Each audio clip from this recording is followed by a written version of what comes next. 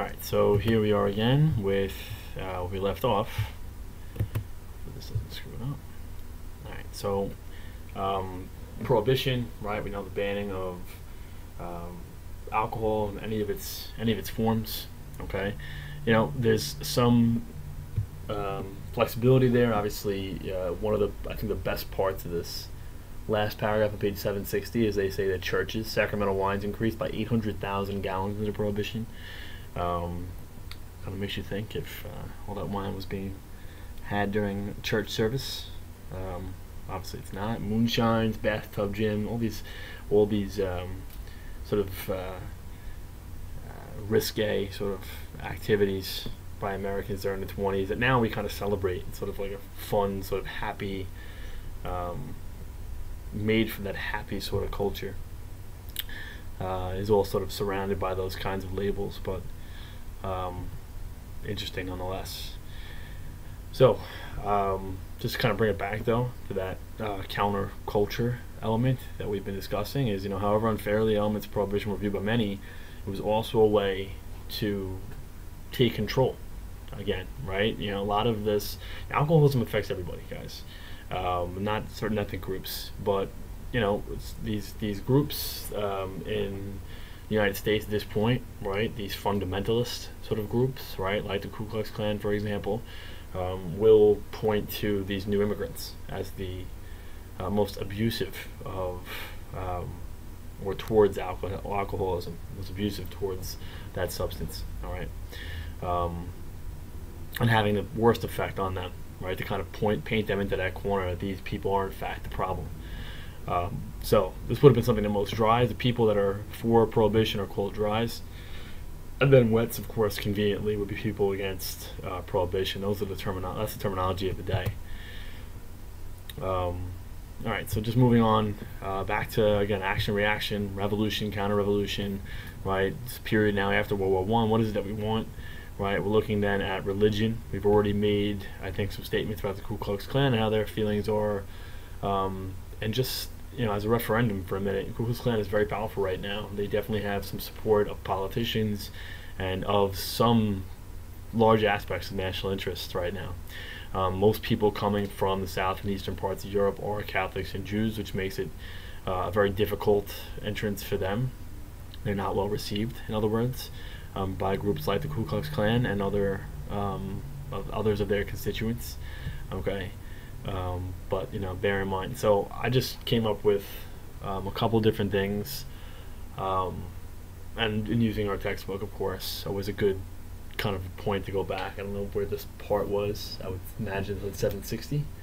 But fundamentalists versus evolutionists. So now these fundamentalist groups are taking on the biblical version of history versus the more scientific version. So science versus religion is an old, you know, think of Galileo or the global studies, sort of those scientific revolutions that occurred at the time. But now this is something that's taking hold in America. So, sectional standpoint, you have most of the southern. You know, I think we've always labeled Southerners, probably to an unfair extent, as sort of being very backwards because of because of slavery's existence there, and so on and so forth. Political standpoint, William Jennings Bryan, right, former candidate for president, pacifist, right, Secretary of State under Woodrow Wilson, is a huge leader in anti-evolution. From a socio-political standpoint, Klan, of course, as we've said many times. So this is Scopes, John Scopes, biology teacher, high school in the Midwest, right, in Tennessee. Sparks this outcry. Of course, he does it on purpose. Let's not forget, I think a lot of times from Scopes to Rosa Parks, a lot of people feel these are spontaneous activities. These are done on purpose. They're done to put this question into a courtroom so that people can settle it, or people can feel that it was settled in a courtroom. I think people walk away from a courtroom a little more satisfied, generally speaking, of course. So read your Bible, of course, would be the protest or part of the protest of the day, right? You know, go to the Bible for the story of history, not to your biology teacher, or Scopes in this case. You have Clarence Darrow, very famously. I mean, he's a big time attorney, high profile cases, really all he does. He agrees to defend John Scopes against the state, basically, in this case, and their prosecutor is the big guy we were just talking about, William Jennings Bryan. So this is a very, very high-profile case, a lot of celebrity involved. Is there a question as to who won? Technically, the evolutionists and the state won, but at the end of the day, in hindsight being 2020, I would say that certainly evolution is taught. It's something that's very much a part of our livelihood now. So and academics certainly. So I wouldn't think of it any other way. But remains to be seen, I think, in history still. I mean, we're not fully through this yet.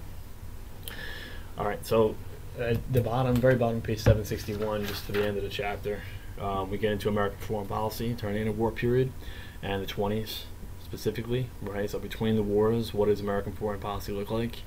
I think we're very often caught in this this mode where we look at neutrality. Neutrality means, guys, not getting involved at all. Isolation.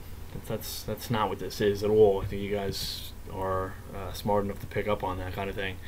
We're what we call unilateralists, and we pick and choose. We're one group, the United States is, and we decide when we want to get involved. And rightly or wrongly, that is what we're doing. It's not neutrality. Neutrality is something different, and it's certainly not isolation. Okay, so United States. Excuse me, I can't read my own type here. United States actively fed Europe. Right, our farms were functioning, theirs weren't. So during World War I, we did have a huge part to play in making sure food was going out to the troops and to the citizens of Europe, and we charged them a price to do that. All right. We spoke of, as part's important, spoke of freedom of the seas, but we did not trade with all the belligerents, right? We absolutely traded more with England or Britain, right, and the would-be allies than we did with the Central Powers.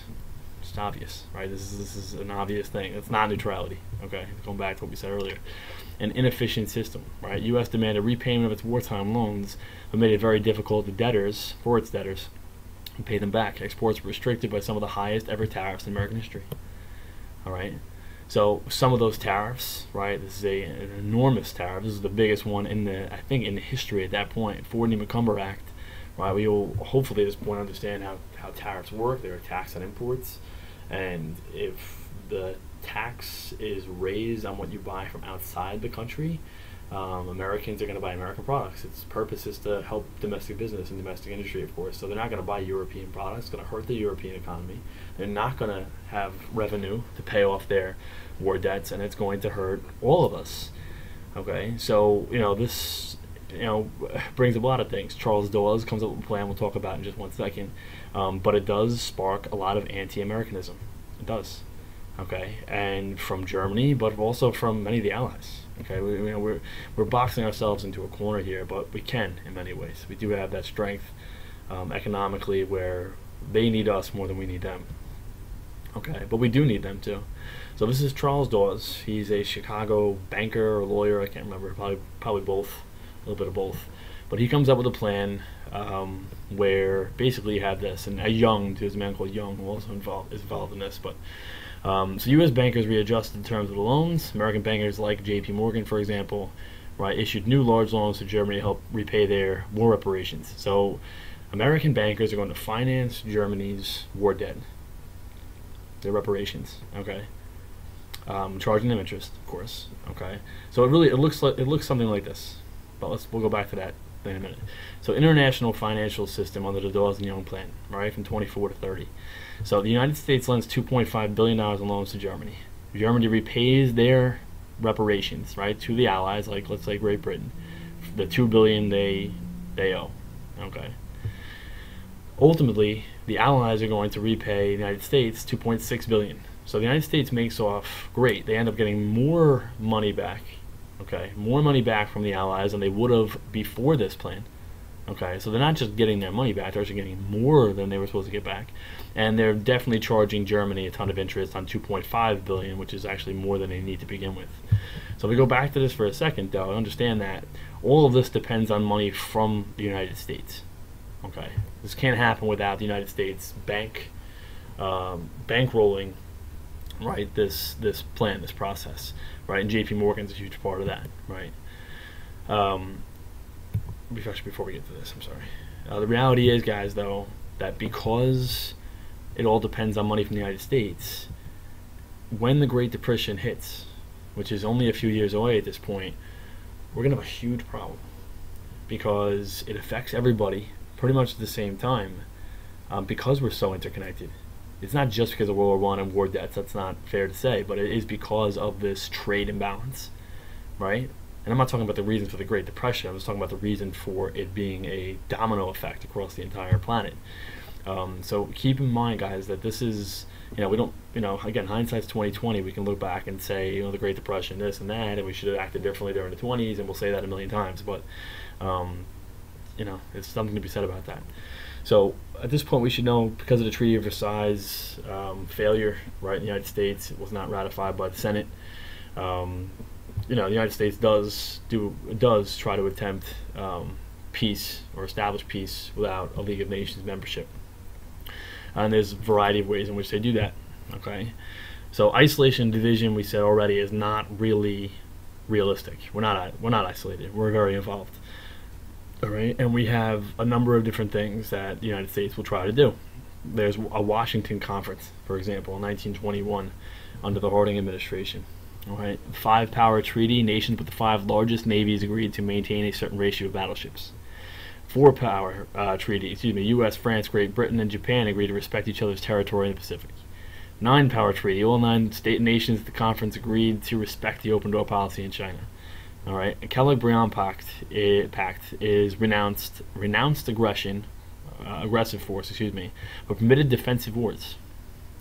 So the question becomes, what is a defensive war? Okay, and it failed to provide for taking action against violators of the agreement. So there is no consequence here. Looks good, Kellogg-Briand Pact, right? Looks good, but there is no consequence. There's no stipulation saying what a defensive war is. What does that mean? Do you feel you've actually been something's being printed? Been a victim? I mean, how do you determine what is a defensive war? This is very vague. And a lot of this stuff, guys, you want to remember, the 1920s when we get to the Cold War, and, talk about the arms limitation, SALT 1 and 2, later on, because are these things really useful?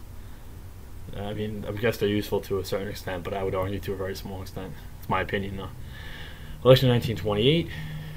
All right, you have people certainly moving in different directions here, but you have, Al Smith versus Hoover. Hoover wins by a long margin. Electoral College is a landslide.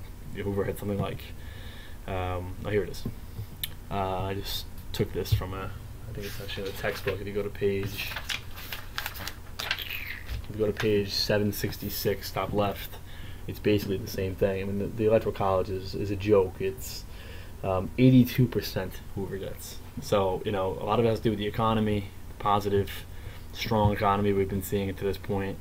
But, all these things and, all questions aside, guys, we are setting ourselves up in the 20s for a very, very difficult 30s, right? Nationally and internationally. Okay? All right.